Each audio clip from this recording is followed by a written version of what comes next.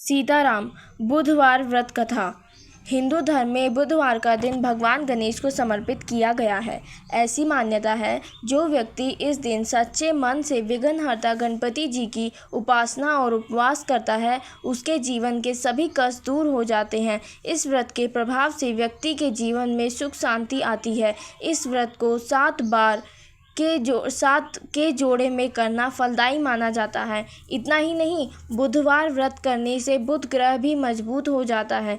जानिए बुधवार व्रत की कथा, पूजा विधि, मंत्र, महत्व और अन्य जरूरी बातें। पौराणिक मान्यताओं के अनुसार बुधवार व्रत की शुरुआत किसी भी महीने के शुक्ल पक्ष की बुधवार से कर सकते हैं। हालांकि इस व्रत को शुरू करने के लिए सबसे शुभ समय विशाखा नक्षत्र बुधवार माना जाता है। इस व्रत को पालन 7 या 21 बुधवार तक विधिवत करना चाहिए। आखिरी व्रत करने वाले दिन नियमानुसार उद्यापन करना चाहिए। ध्यान रहे, पितृ पक्ष में इस व्रत की शुरुआत न करें।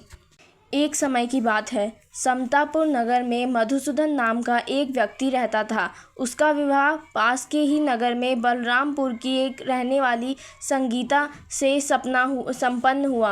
वह दिखने में सुंदर और सुशील थी। एक दिन मधुसूदन अपनी पत्नी को लाने के लिए ससुराल पहुंचा।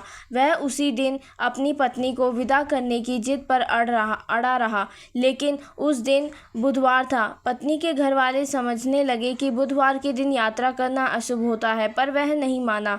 संगीता के घर वालों के उस बुधवार के दिन ही विदा करना पड़ा। इस तरह वे दोनों बैलगाड़ी में बैठकर जाने लगे। कुछ दूरी तय करने के बाद रास्ते में बैलगाड़ी का एक पहिया टूट गया। फिर दोनों गाड़ी से उतरकर पैदल यात्रा करने लगे।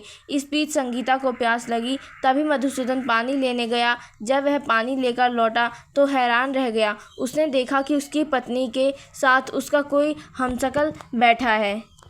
पास जाकर उसने हमशक्ल से पूछा कि कौन हो। उस पर उस आदमी ने कहा कि उसका नाम मधुसूदन है और वह संगीता का पति है। इस पर मधुसूदन भड़क गया और बोला कि यह झूठ है, असली मधुसूदन तो मैं हूँ। मैं संगीता के लिए पानी लेने गया था। इस पर हमशक्ल ने कहा कि वह तो पानी लाकर संगीता को पिला भी दिया। अब इनमें संगीता के असली पति होने का लेकर झगड़ा होने लगा।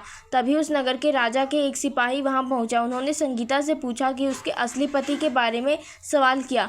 तब वह खुद दुविधा में थी। इस पर संगीता ने कोई जवाब नहीं दिया। फिर सिपाहियों ने उनको राजा के दरबार में पेश किया। पूरी कहानी सुनने के बाद दोनों को राजा ने जेल में डालने का आदेश दिया। घबराया हुआ मधुसूदन इसके बाद बुधदेव की याद कर उनसे क्षमा मांगने लगा। इसके बाद वह आकाशवाणी हुई कि मधुसूदन, तुमने संगीता के घर वालों की बात नहीं मानी और बुधवार को यात्रा की। तुम्हारे इस अड़ियल बर्ताव से भगवान बुद्धदेव काफ़ी नाराज हुए। उन्होंने ही ऐसी दुविधा पैदा की। तब मधुसूदन ने नम्र आवाज़ में कहा कि हे महाराज, उससे बड़ी गलती हो गई है। वह आज के बाद से कभी भी बुधवार को यात्रा नहीं करेगा और हमेशा बुधवार का दिन व्रत भी रखेगा। क्षमा मांगने पर बुद्धदेव का क्रोध शांत हो गया। भगवान ने फिर मधुसूदन को क्षमा कर दिया। राजा के दरबार में मौजूद उसका हमशक्ल भी गायब हो गया। गणेश जी की कृपा से राजा ने फिर मधुसूदन और संगीता को विदा किया। राजमहल से जैसे ही वे आगे बढ़े तो रास्ते में बैलगाड़ी भी सही सलामत मिल गई। दोनों एक साथ खुशी खुशी अपने नगर लौट आए। इसके बाद वे हर बुधवार को व्रत रखने लगे। उनका जीवन सरल और सुखमय हो गया। उनके कामकाज में भी उन्नति हुई। बुधवार व्रत के दिन जल्दी उठकर सबसे पहले अपने घर की सफाई करें। फिर स्नान करके पीले रंग के वस्त्र धारण करें। इसके बाद भगवान गणेश जी की पूजा करें। भगवान गणेश जी को धूप, दीप, कपूर, चंदन और फूल अर्पित करें। भगवान गणेश को दुर्वा घास अवश्य चढ़ाएं। भगवान गणेश के मंत्रों का जाप करें। गणेश जी की आरती करें। व्रत कथा पढ़ना बिल्कुल भी ना भूलें। अंत में गणेश भगवान को लड्डू का भोग लगाएं। धन्यवाद।